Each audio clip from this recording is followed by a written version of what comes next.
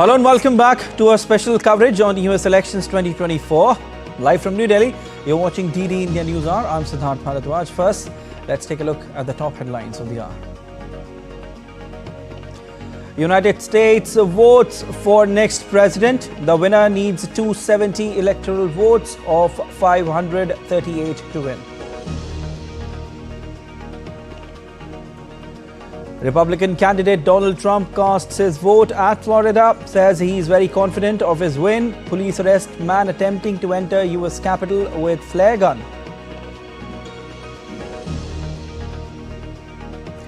And Israeli Prime Minister Benjamin Netanyahu fires Defense Minister Yoav Gallant. Katz appointed as new Defense Minister.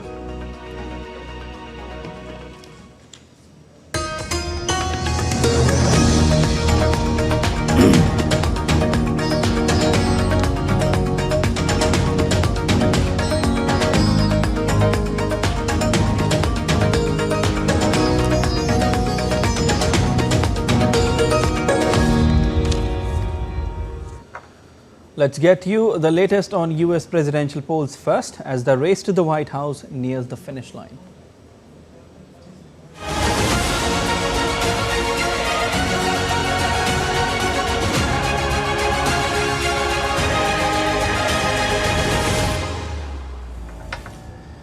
Voting for the 2024 US presidential election began with the Eastern time zone in America. New Hampshire was the first state where polling started. Texville Notch, a small town in the state of New Hampshire, became the first place in the country where voters cast their ballot. Voting across the country begins at 6 a.m. local time.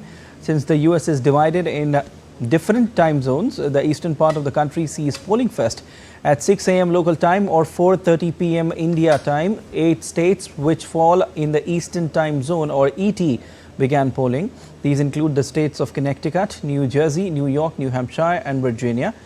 Tens of millions of voters across the United States have already cast their vote early. These votes were sent in either by mail or by visiting the polling station in person. According to data from the University of Florida's election lab, more than 82 million voters across the US had already voted before the main election day. This is the final opportunity for Americans to vote in the tightly contested 2024 presidential race between Republican Donald Trump and Democrat Kamala Harris, hurtle toward an uncertain finish. The candidates were running neck and neck in the campaign's final days in each of the 7 states likely to determine the winner: Arizona, Georgia, Michigan, Nevada, North Carolina, Pennsylvania and Wisconsin, showed opinion polls. The winner may not be known for days if the margins in the key states remain as slim as they are expected. People in Michigan enthusiastically lined up at polling stations to cast their votes. Michigan is one of 7 key battleground states where US Vice President Kamala Harris is running neck and neck with former US President Donald Trump. Voters in North Carolina, Georgia, New York and New Hampshire also cast their ballots on Tuesday. First thing in the morning, I think it's very important to, whatever you're doing today, if you haven't voted, get out and vote. It's a right that not everybody in the world gets, so you have to take advantage of it, and it does matter. It will change your life. You never know what kind of legislation is going to happen, so take advantage of your rights. It is so important that everyone comes out to vote today. It is an election like no other, and if you have any thoughts of not voting, today is the day to change your mind. You can do voting today, even if you're not registered to vote. And it will be an important part of our history as Americans that today you have gone and voted. And it's important whether you vote Democrat or Republican. It is a special thing to be able to vote for your candidate. Voters in the crucial swing state of Pennsylvania came out to vote in what polls have shown is a neck-and-neck race between Kamala Harris and Donald Trump. Both candidates have raised to pitch for support in Pennsylvania, which is expected to play a pivotal role in deciding this week's US presidential election.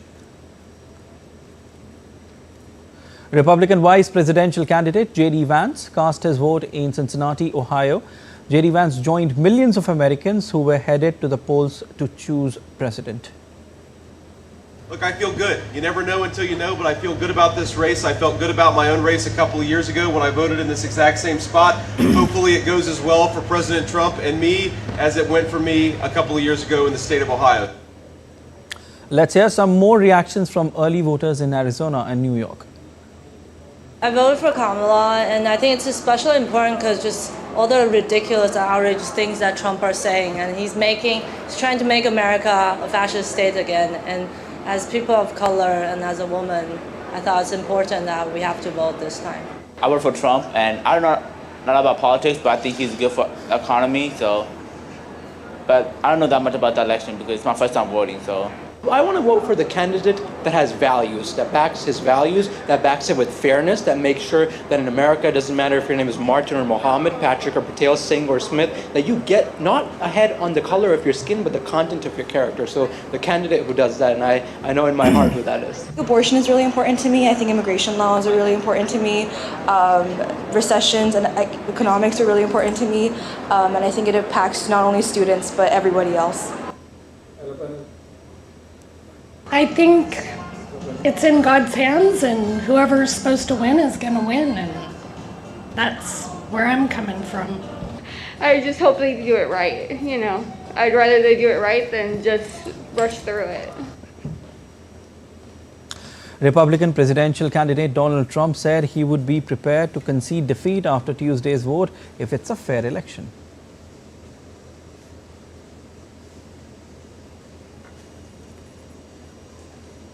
I lose an election, if it's a fair election, I'd be the first one to acknowledge it. And I think well, so far I think it's been fair. I think there's been a lot of court cases. Both sides are lawyered up. Thousands of lawyers are involved, thousands, can you imagine? And part of that is because we have too complicated a process. If we had a piece of paper, watermarked, you know that paper is more sophisticated now than computers. It's watermarked paper. It's unbelievable what happens with it. There's nothing you can do to cheat. Asked about fears of unrest after the election and whether he would call on supporters to avoid violence, he criticized the question and said his supporters are non-violent people. I don't have to tell them that there'll be no violence. Of course there'll be no violence. My supporters are not violent people. I don't have to tell them that. And I certainly don't want any violence, but I certainly don't have to tell. These are great people. These are people that believe in no violence. Trump again raised concerns about the use of electronic voting machines. After casting his vote in Florida, Donald Trump reiterated his previous criticism of electronic voting machines, suggesting they were less secure than paper ballots and would delay the outcome being known. A thing like that should never happen. This election should be over. They spend all this money on machines. And frankly, if they'd use paper ballots, it would be over by 10 o'clock. And by the way, the paper ballots would cost 8%. Would be 8% of the cost.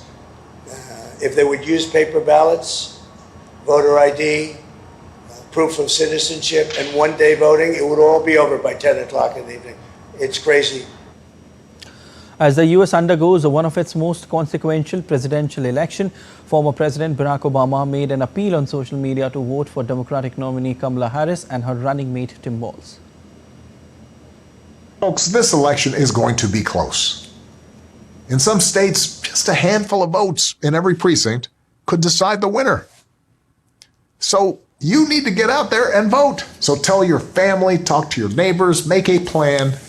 Go to the polls with your friends and vote. Vote for Kamala Harris and Tim Walz. Head to iwillvote.com to look up your polling place today. Well, it's certainly a big day, U.S. presidential polls, and both the candidates, presidential candidates Kamala Harris and Donald Trump, urged voters to come out in large numbers and vote. And to discuss what's happening in this particular spectrum, I have with me my colleague Ramesh Ramachandran, who is joining me from the studio. Also have been joined by Professor W.P.S. Sidhu, Center for Global Affairs, New York University, and also Ajay Shah, who's an American political analyst, is joining us from Philadelphia.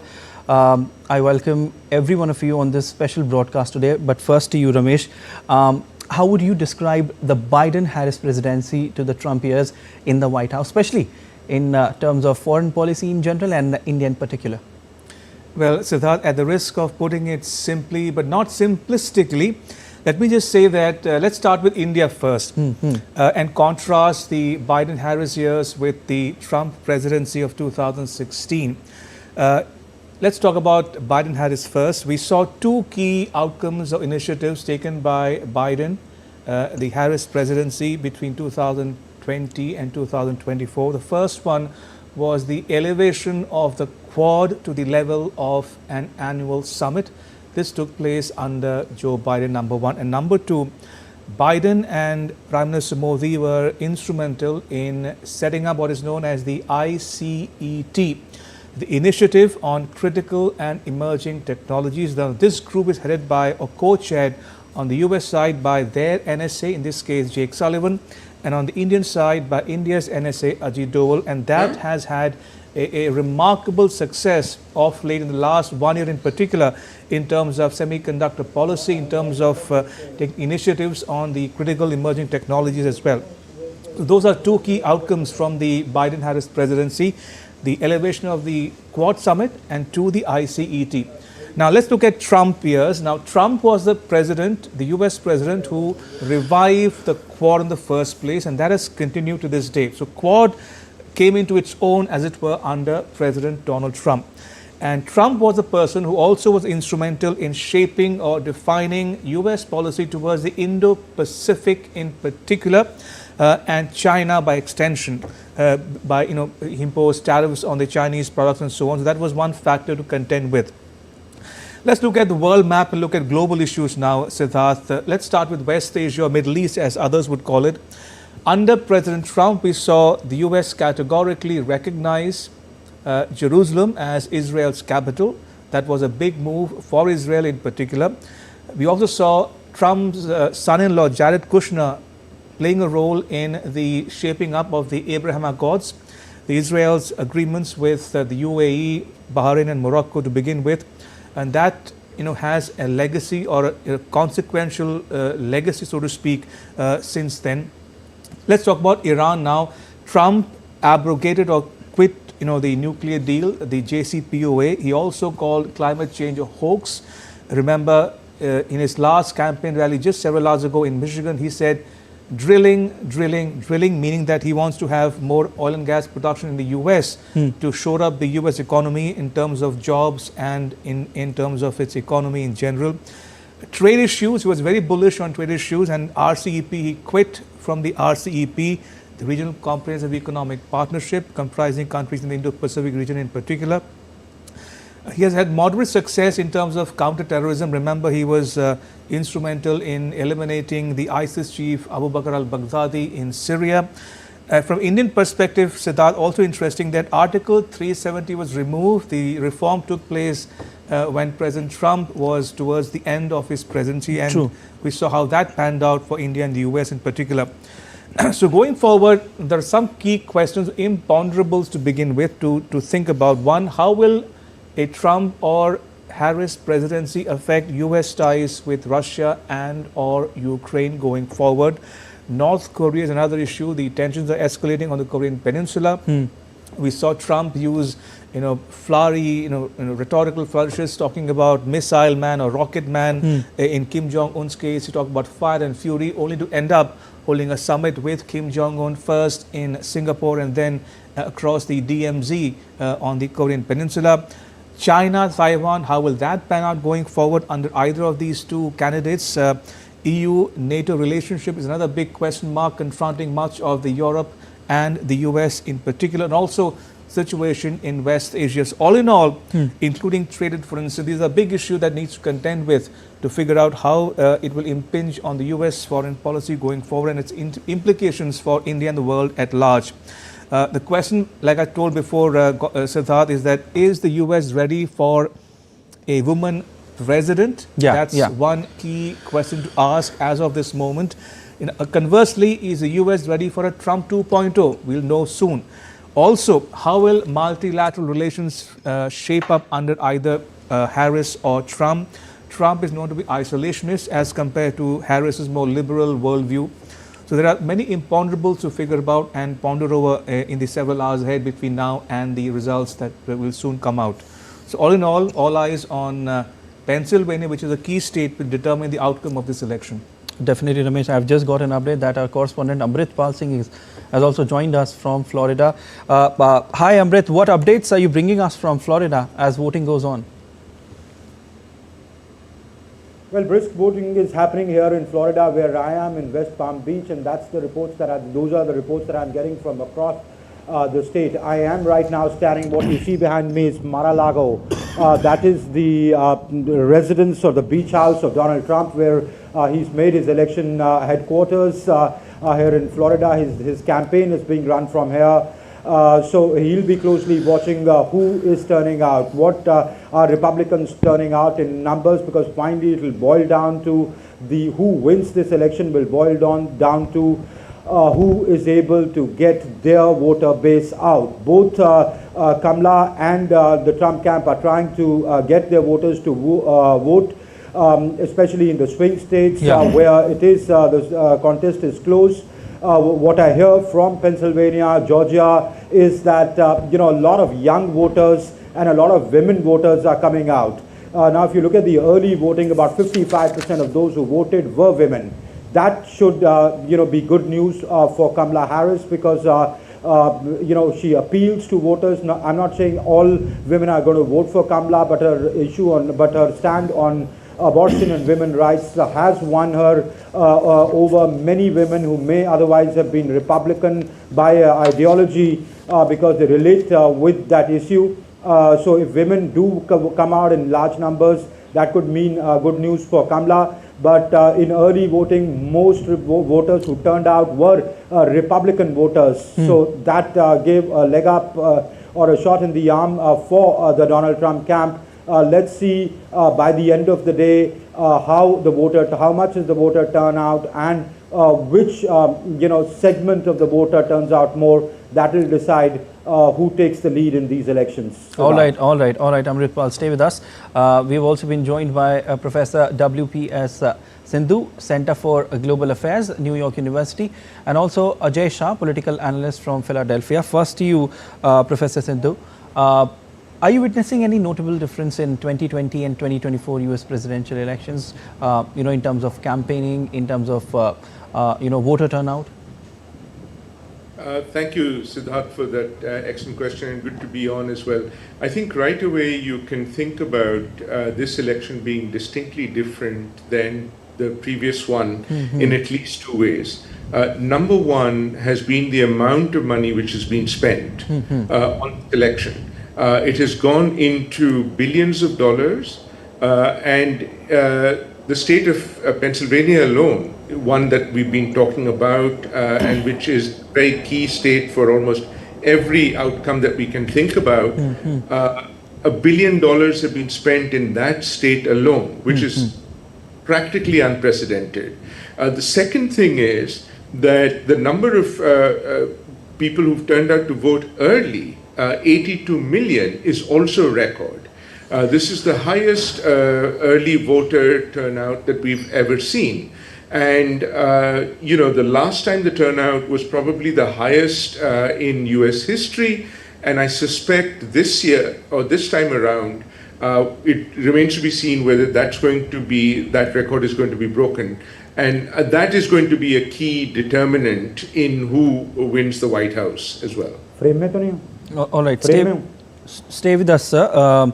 Let me go across to Mr. Ajay Shah, American political analyst, joining us from Philadelphia. Sir, do you agree that in these elections, Supreme Court's future is on the ballot? If Trump wins and Republicans take the Senate, the American far right has an opportunity to shape the nature of the court for another generation. It's not. So thank you, first of all, Siddharth, for inviting me.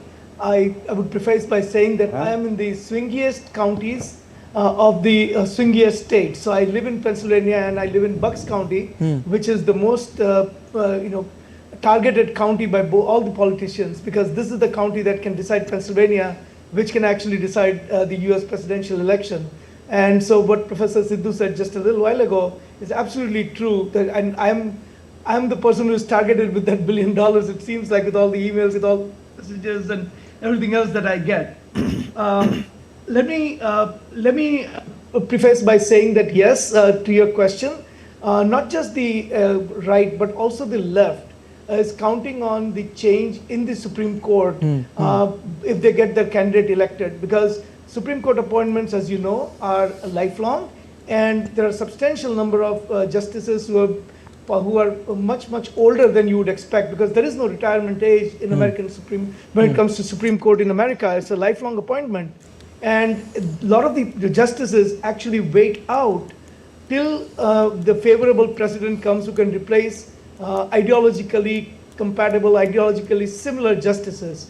So it would not be a surprise if Vice President Kamala Harris wins, she will bring in people who are on the left, and if President Trump were to win, he will bring in people who are on the right. And this is, and the impact of the justices in the Supreme Court far outlast the impact that the politicians who are presidents or vice presidents or even people who are in Congress or Senate in important commissions and committees and other important positions. So justices are absolutely deciding the Supreme Court justices' appointments is absolutely the key to the election.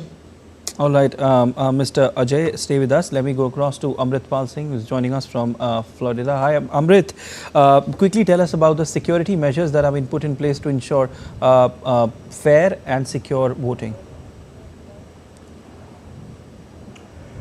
Security measures vary from polling booth to polling booth, from county to county. The sensitive counties, especially in the swing states, where there is, an apprehension of vandalism, of violence, of crowds going out of control, there unprecedented security measures have been enforced.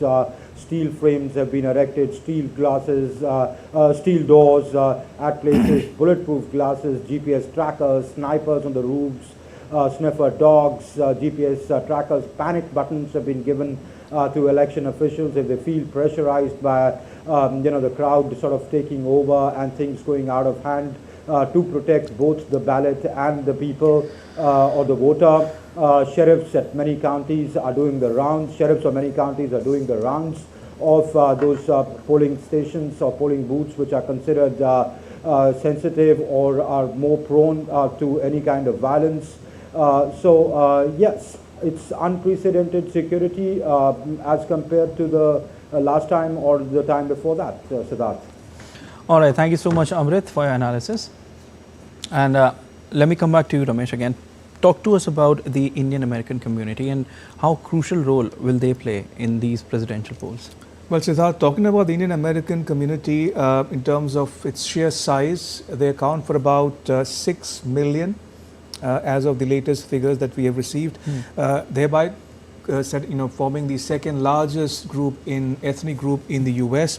They have voted traditionally Democrat, but of late there is a discernible trend at that, where the second generation, third generation Indian Americans who are upwardly mobile and becoming affluent, they tend to vote Republican, and we've seen that in several instances in the previous elections as well.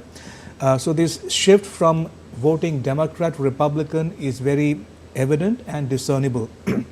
Now that said, of late we've seen Trump also cater to his the constituency in terms of the Indian Americans. Most recently when he spoke about the safety and security of Hindus in the US and Bangladesh in particular. That's one issue that the Biden government in particular has been very silent upon, uncharacteristically of that. Neither Biden nor Harris have spoken much about this issue, but Trump in his wisdom chose to do so, most recently at one of the rallies, and he spoke about on the occasion of Diwali. True. He spoke about how he is worried about the safety of Hindus in Bangladesh in particular, and that how the Biden government has ignored the Hindus in the US as well. And in fact, Trump has also said that Indian Prime Minister Narendra Modi is a good friend.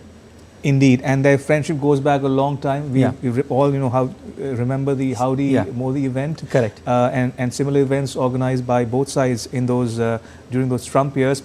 So talking about the Indian diaspora, Siddharth, they are becoming a force to reckon with, if not already.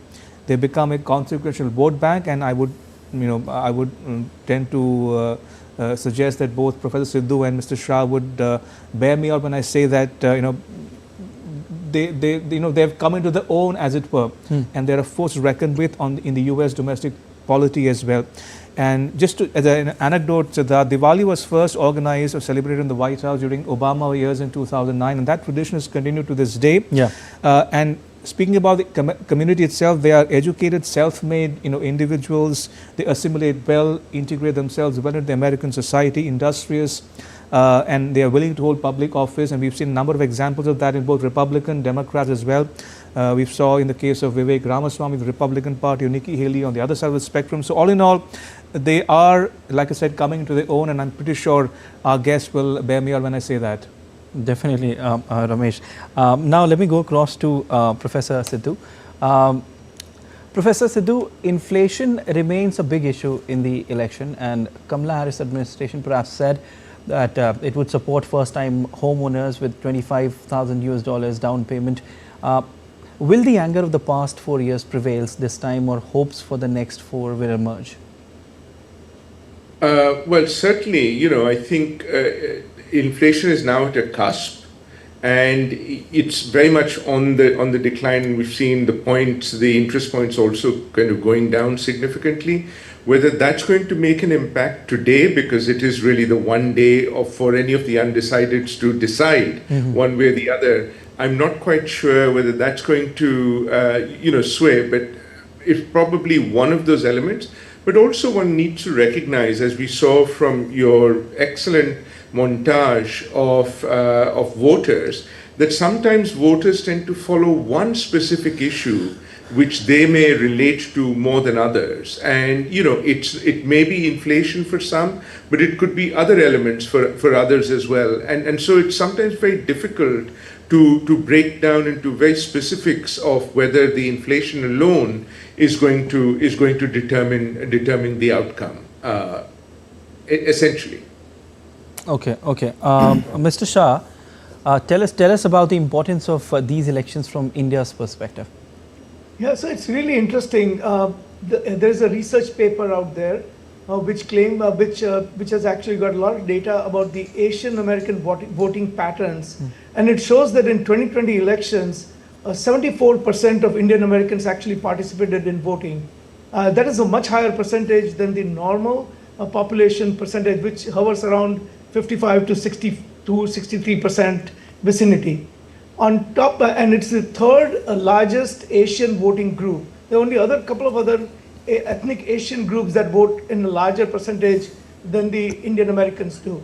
Now, it is also true, as one of our other panelists said, that there were most of these voters, Indian American voters, were at one time Democrats. In fact, if you go back in history, about maybe 15 years ago, 20 years ago, so maybe 3 election cycles ago, about 82 to 84% of the voters voted straight line, party line Democratic, whereas the survey that was done by Carnegie Endowment, and that just came out last week by Vaishnav and his group, shows that this time around only about 60% are straight line Democratic voters.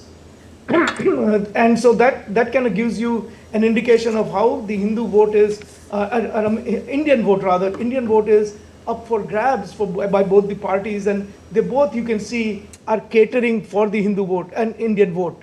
Now, Hindu vote being, I keep saying Hindu vote only because Hindu vote in many ways is actually, and if you call Sanatan the vote, that actually even larger than the Indian vote. So if you look at the 9 main battleground states, we have looked at the data, we have crunched our own data, and our data shows that out of the 9 states, at least in 7 of them, the Indian vote is actually a deciding vote, if it was to be a block vote. Now, because the Indian vote is going to be divided between the two parties at 60-40 or somewhere around that, you can see that the impact is much reduced. However, if the Indian Americans were to vote in their self-interest, if they were to vote as a bloc, so for example, if they were to say that, hey, look, to me as an Indian American, having fairness in education and not have affirmative action or merit-based education is important, or if they were to say that quotas for green card which are capped with the country-wise cap, if that is what is an issue that I can relate to, because a lot of my friends and family members are going to be on H-1B visa for 100 years, and actually the number is much larger, right? So if they start voting on those issues, then those votes can absolutely make a difference to any presidential candidate, because the votes are so close, the polls are so close right now. So that is the impact of Indian American vote in this election cycle. And Mr. Shah, how about the promises that were made by both the presidential candidates? On one hand, you have Kamala Harris, who promised abortion rights to women, and somewhere it's looking like that she's having that trump card of giving abortion rights to women. It's looking something like that. On the other hand, you have Donald Trump, who's saying that inflation is a big issue. He'll rectify that. He'll make America great again.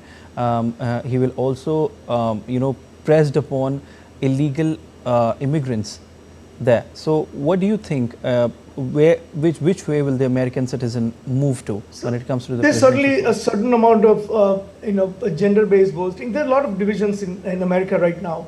And gender-based division is just one of them, right? There's blue collar versus white collar, urban voters versus rural voters, blue collar versus white collar. So you can slice and dice this demography in many, many different ways. But so you can certainly say that, well, but really, if you think about it, and somebody already made this point, are these people single issue voters? And I think when there is a competing priority, on one hand you have abortion, on the other hand you have inflation, then which one trumps? And not as Trump, probably poor choice of word, but which one wins, right? So which issue wins? And that is the hard one for every demographic. And that is why this election is much harder to predict, because just because you can relate to one candidate, is it really the defining issue for you? And is it holistic? Now, when it comes to really capturing the Indian American vote, as already one of my fellow panelists said, President Trump actually made explicit statements that said that I am going to, I'm going to stop the, I'm going to do my best to address the persecution of Hindus in Bangladesh.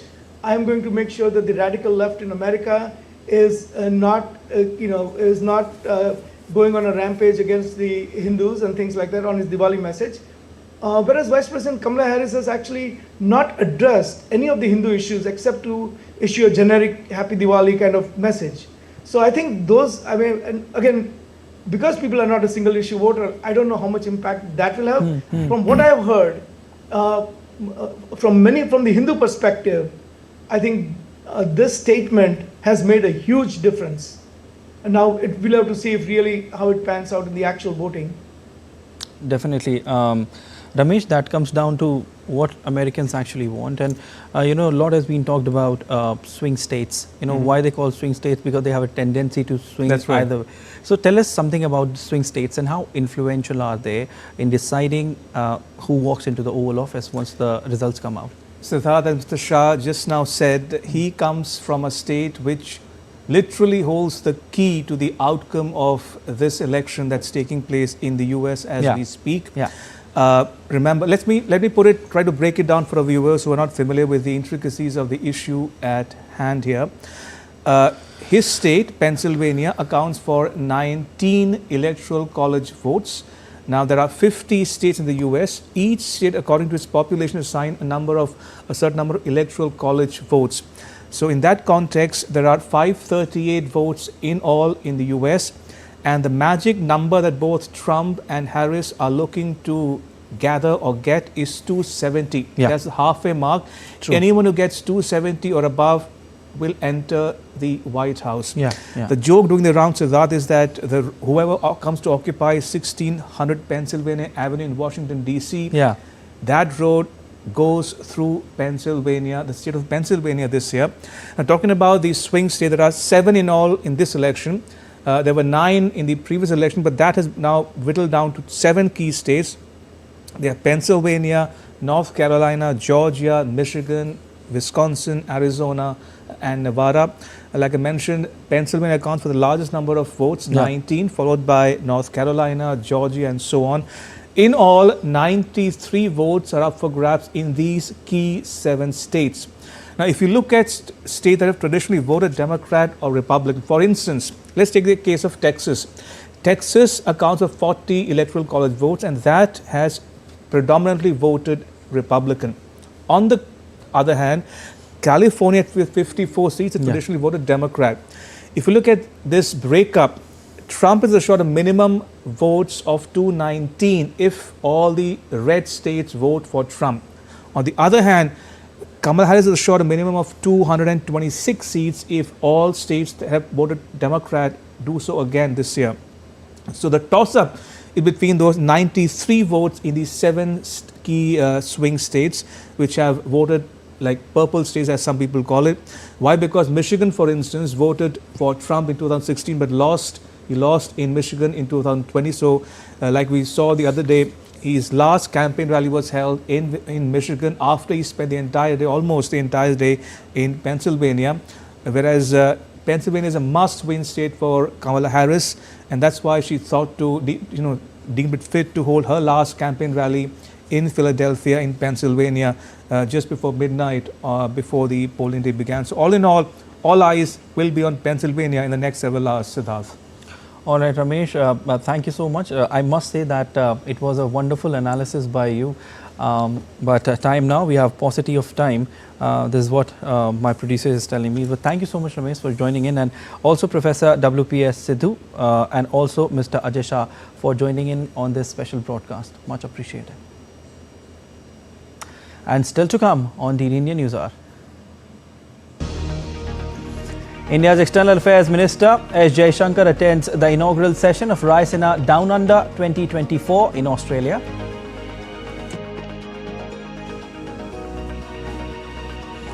India hosts the first Asian Buddhist Summit, taking forward its Act East policy.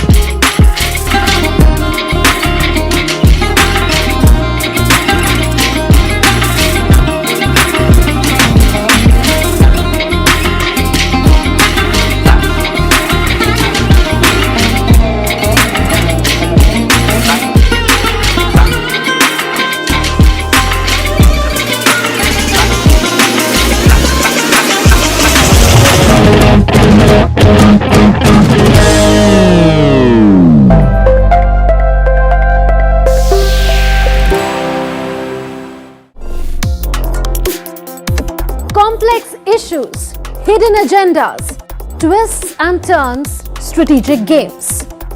We think all dots are linked, we just need to connect them. Join me every week as I connect the dots to unravel hidden designs in statecraft, mysteries, and decode issues that matter to you. Watch Connecting the Dots with me at these times on DD India.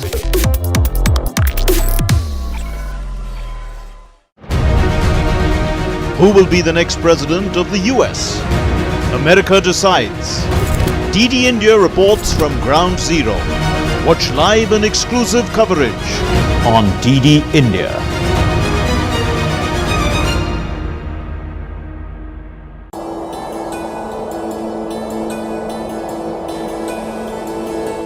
गर फिरदौस बर्रुए ज़मी अस्त हमी अस्तो हमी अस्तो हमी अस्त Jammu and Kashmir, nature's finest works.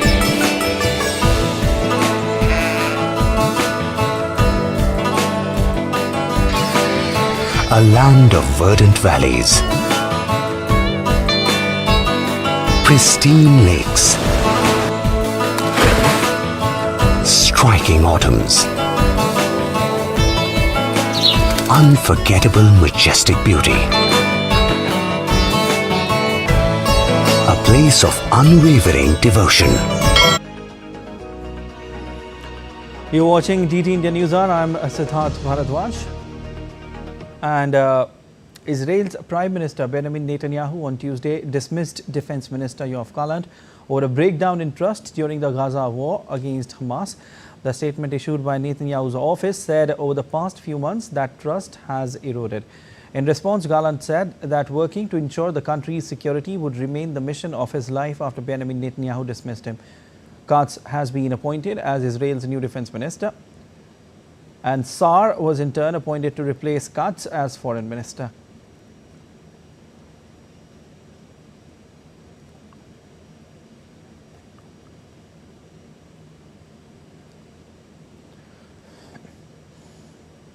And in some other news around the world, more than 100,000 cars were damaged after last week's deadly floods in Spain, with over 60 dead. Paiporta is one of worst affected areas by the disaster that has killed at least 217 and left dozens missing in the country. Damaged houses and dozens of cars piled up on streets in Paiporta.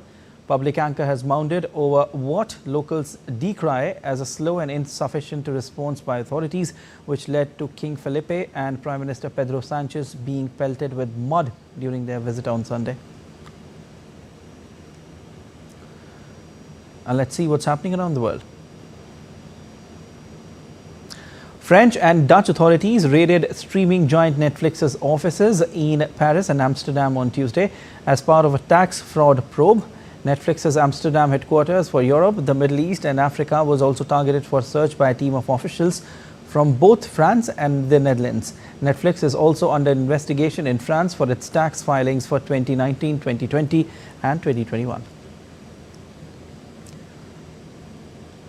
South Korea's privacy watchdog on Tuesday fined social media company Meta 21.6 billion won for illegally collected sensitive personal information from Facebook users. It was the latest in a series of penalties against Meta by South Korean authorities in recent years as they increase their scrutiny of how the company, which also owns Instagram and WhatsApp, handles private information.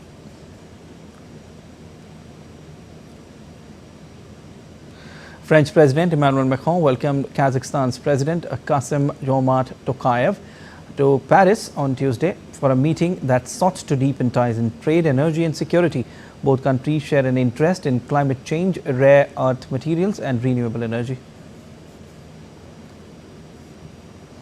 Tunisia expects olive oil output to jump by around 55% this season, giving a boost to both the country's exports of green gold and also to ailing public finances. Tunisia is among the world's top exporters of olive oil, a commodity that has seen growing international interest from both consumers and investors.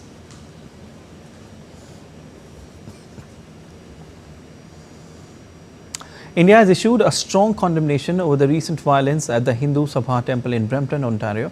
The incident has triggered outrage both in Canada and India, with leaders and citizens demanding accountability. Here's more in the report. India has strongly condemned the recent violence at the Hindu Sabha temple in Brampton, Ontario, carried out by extremists and separatists. India's External Affairs Minister Dr. S. Jaishankar described vandalism of the temple as deeply concerning and called for a swift response. I think what happened at the Hindu temple in Canada was obviously deeply concerning.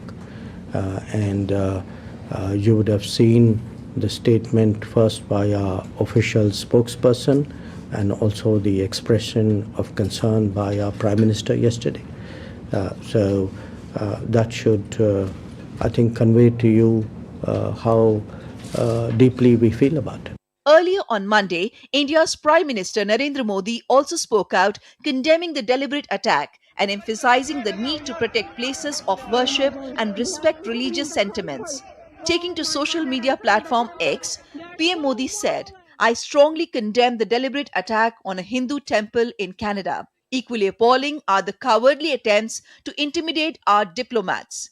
Such acts of violence will never weaken India's resolve. We expect the Canadian government to ensure justice and uphold the rule of law." The incident has sparked widespread protests among the Indian community in Brampton. Demonstrators, deeply hurt by the incident, raised Indian and Canadian national flags and called on officials to take serious action against the perpetrators.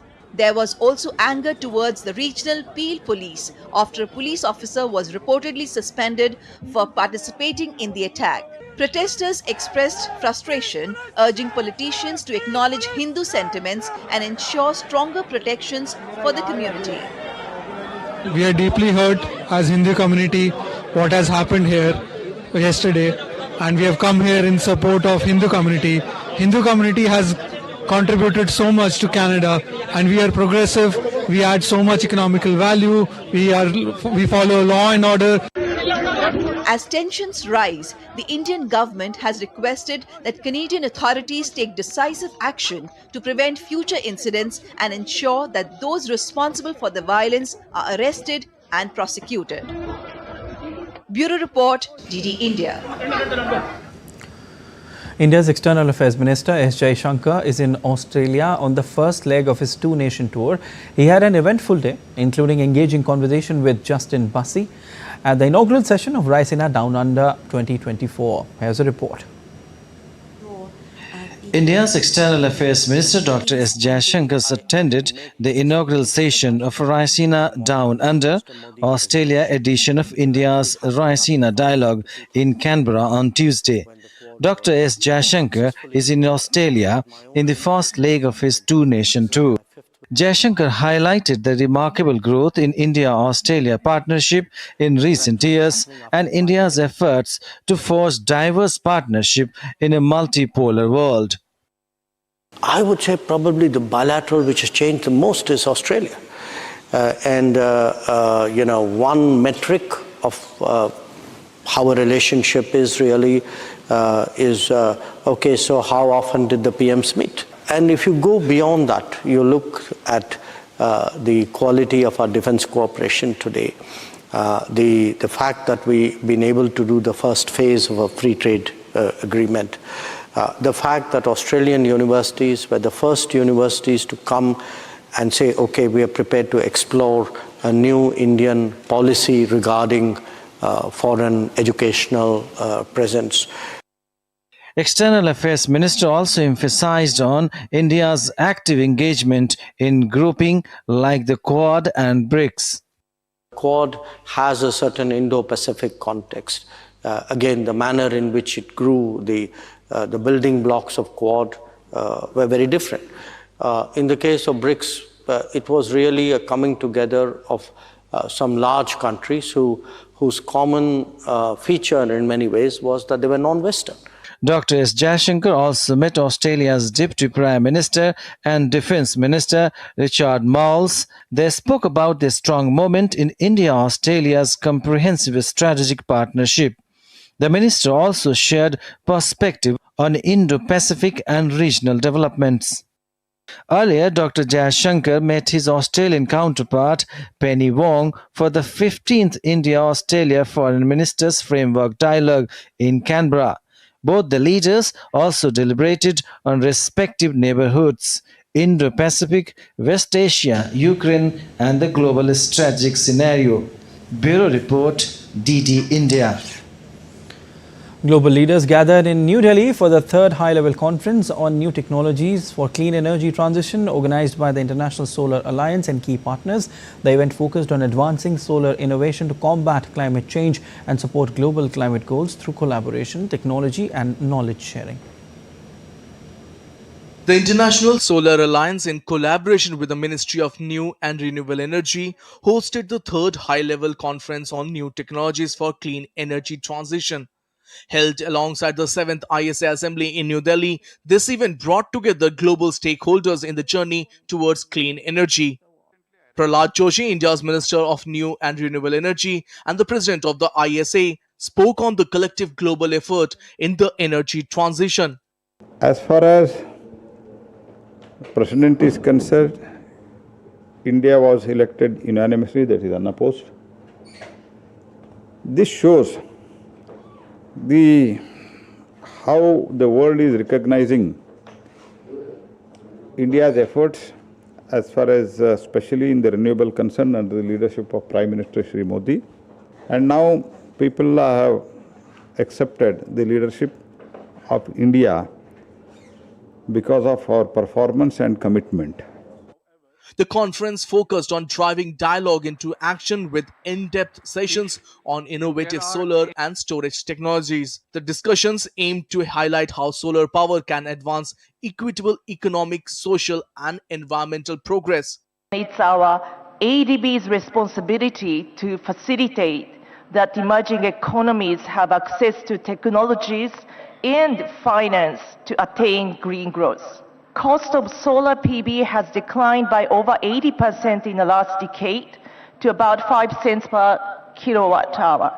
ISA's Director General Dr. Ajay Mathur emphasized the timelines of this gathering, noting that it aligns with the upcoming COP29 in Azerbaijan.